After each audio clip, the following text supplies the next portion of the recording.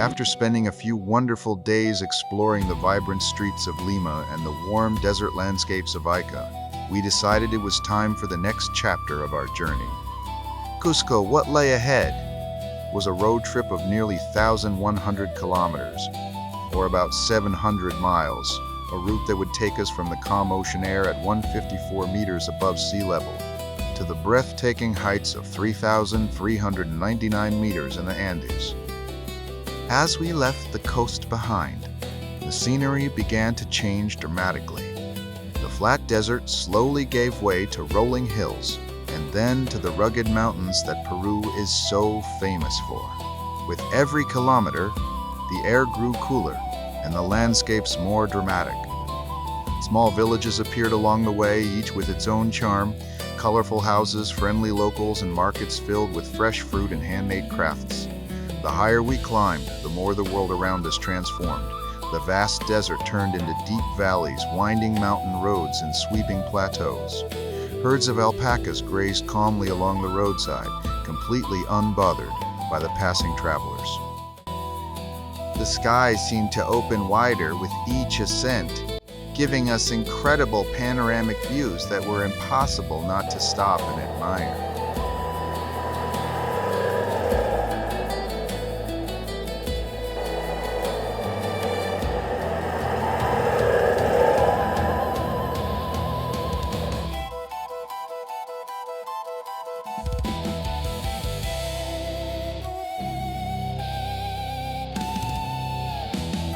We crossed from one side of the mountain to the other, through tunnels carved directly into the rock. The first few were short and straightforward, but the second one was different. Long, dark, and incredibly narrow, just wide enough for a single car to pass. As we entered, a quiet tension filled the air. My biggest fear was that another vehicle might appear from the opposite direction with no room for either of us to move. On both sides, barely 30 centimeters separated our car from the rough, uneven rock walls. Every second felt like a careful negotiation between adrenaline and trust. It was impossible not to wonder what would happen next. The road, the mountain, and the uncertainty ahead made the whole experience both nerve-wracking and thrilling. A true reminder that in Peru, every moment has the potential to turn into an adventure.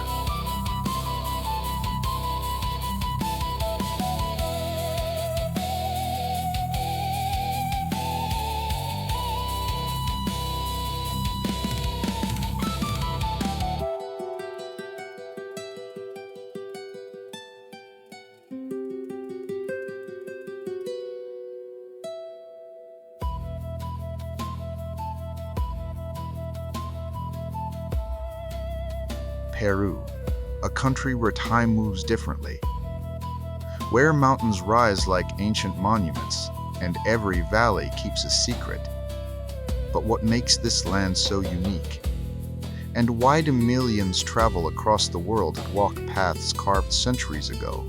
These terraces carved perfectly into the mountainsides. How were they engineered so precisely without modern tools?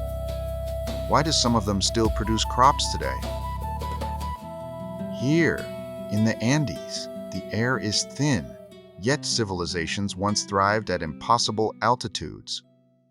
What knowledge did they possess that we are only now beginning to understand?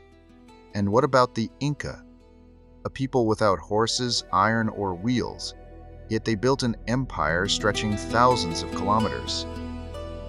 How did they communicate across such vast distances? How did they construct cities that align perfectly with the star? Peru is more than landscapes. It's a tapestry woven with myth, science, and the echoes of forgotten worlds. From the mysterious Nazca lines visible only from the sky, to the sacred temples where sunlight hits stone with astonishing precision. Every corner demands questions. Asterisk. So come with me. Let's explore its mountains, its ruins, its culture, and its people. Let's search for answers hidden in stone, in sky, and in the stories passed down through generations. This is Peru, a land that doesn't just welcome you, it challenges you to wonder. The road winds endlessly through the Andes, a silver ribbon carved into the mountainside. At every curve, the world opens a little more. Cliffs rising like stone giants, valleys dropping into endless green, and clouds drifting so close you feel you could reach out and touch them. There, the air grows thinner, but the landscape grows deeper. In color, in mystery, in meaning, they are not ordinary mountains. For thousands of years, they sheltered the civilization that learned to live with the sky itself, the Quechua, the Inca, and those even older walk these same ridges following paths that still exist today. Roads built without iron, without wheels, yet strong enough to survive centuries. As we continue climbing the mountains, shift again, from dense vegetation to rocky slope to windswept ridges where only the hardiest life remains. Nature here is raw, ancient, untucked, a reminder of how small we are in the face of landscapes that existed long before our stories began. And still, the road leads upward, toward a destination hidden beyond the next bend.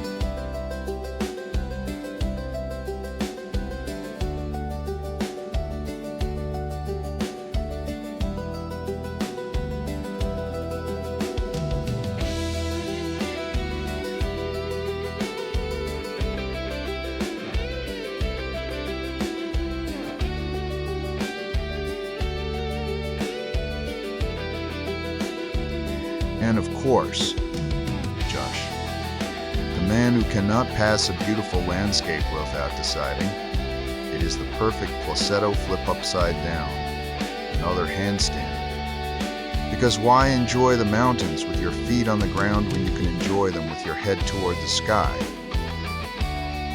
And then, just when it seems the mountains can rise no higher, the world suddenly opens. A vast plateau stretches out before us. Calm, silent, breathtaking glacial lakes rest gently between the rocks, their waters clear as glass, reflecting the sky, the clouds, and the ancient peaks surrounding them. It feels like stepping into another world, a place where time slows, where the wind carries stories, and where nature displays a beauty that leaves you wordless up here.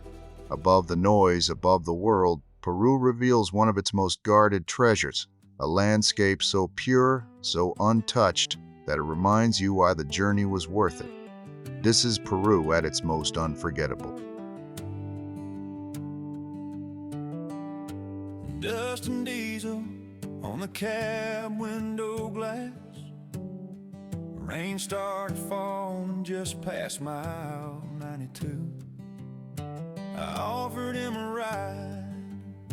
He didn't speak at first, just tapped his boot to some old rhythm only he knew. His coat was frayed, his eyes held steady ground. He pulled a coffee tin from under worn out jeans. 3 folded photos tucked beneath the lid said, "Son, you ever lost more than you've ever seen? Know when the road's leading you wrong, when to press on and when to turn around. The bravest souls still walk away before the night swallows what you can't afford to lose."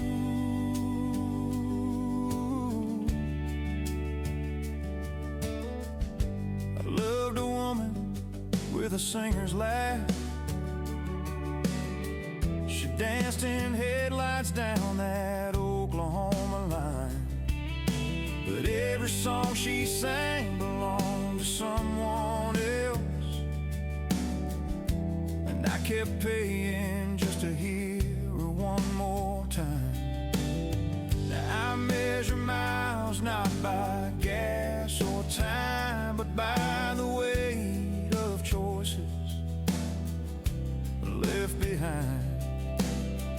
Some fires warm you till they burn you clean, and loyalty's a debt that blinds.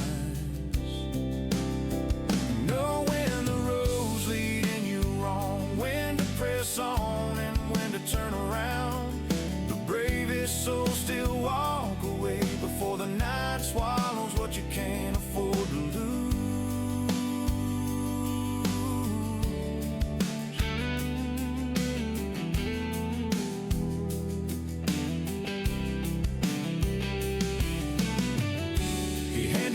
Topmost photo, smiling faces, sunlit porch. That's me before I learned the cost of pride, he said. Some lessons don't come wrapped in thunder press, just quiet mornings wondering if you're still alive. Know when the road's leading you wrong, when to press on and when to turn around. The bravest souls still walk away before the night swallows what you can't afford to lose.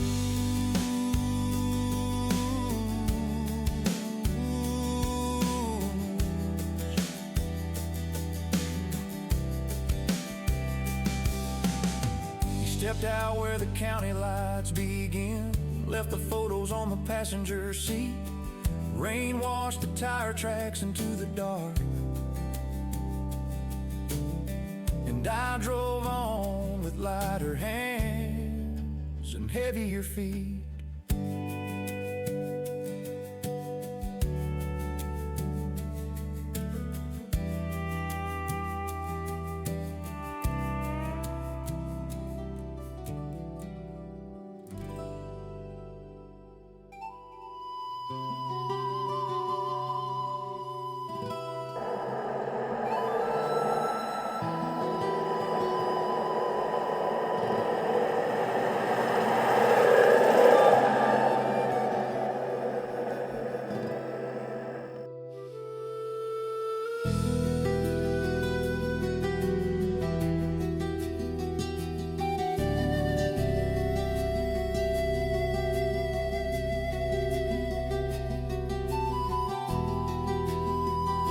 As we cross the high plateaus, the landscape begins to change once more. The air is thin, crisp, almost weightless, and suddenly we are no longer alone.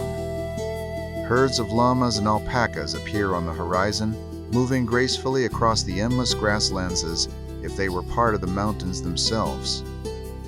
Their soft wool ripples in the cold wind, their curious eyes watching us with the calm wisdom of animals who have lived at these altitudes for centuries. And then there was one, a particularly charming, almost oriental-looking alpacawo, decided to spend a little extra time with us. She followed us gently, posed for the camera, and stared as if she was silently judging our hiking skills. We named her Carmen for a few minutes. It felt like Carmen had adopted us, a small ambassador of the Andes, guiding us across her plateau with quiet confidence and fluffy elegance.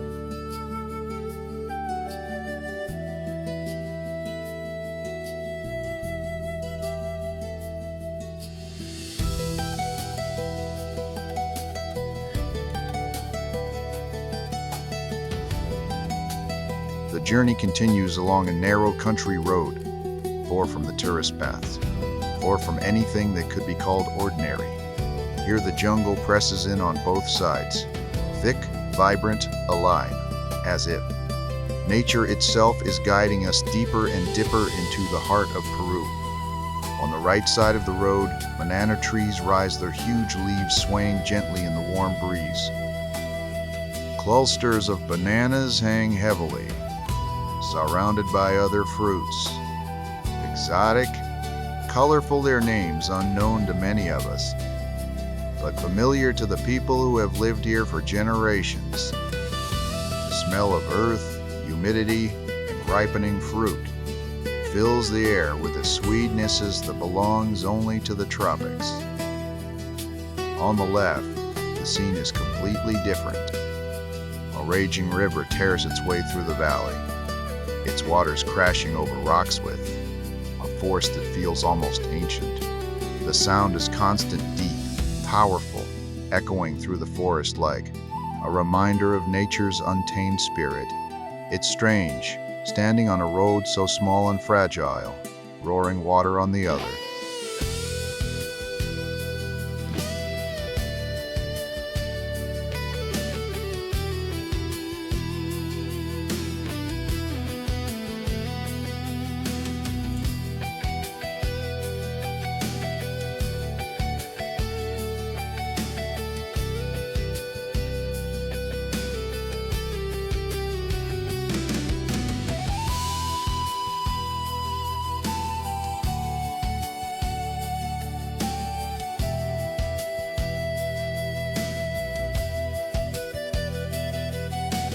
On the left, the scene is completely different. A raging river tears its way through the valley, its waters crashing over rocks with a force that feels almost ancient. The sound is constant, deep, powerful, echoing through the forest, like a reminder of nature's untamed spirit. It's strange, standing on a road so small and fragile, roaring water on the other. The road winds further, clinging to the mountain, following the river's path, and then suddenly we reach a place where everything has changed. The road has collapsed.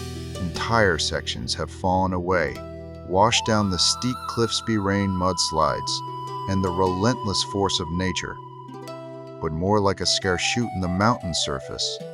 Piles of rock, broken earth, deep cracks, where the asphalt once was travelers' whisper. Stories of how dangerous this road can become during the rainy season. And yet, we continue slowly, carefully. Each meter feels like a decision. Continue forward or turn back. But turning back has never been part of our plan. This road, difficult, damaged, unpredictable, is the only route that leads to our next destination, Hidroelectrica. The drive becomes an exercise in trust. Trust in the road, trust in the car, trust in our own stubborn sense of adventure. The jungle seems to lean closer, watching us, as if curious to see whether we'll make it through.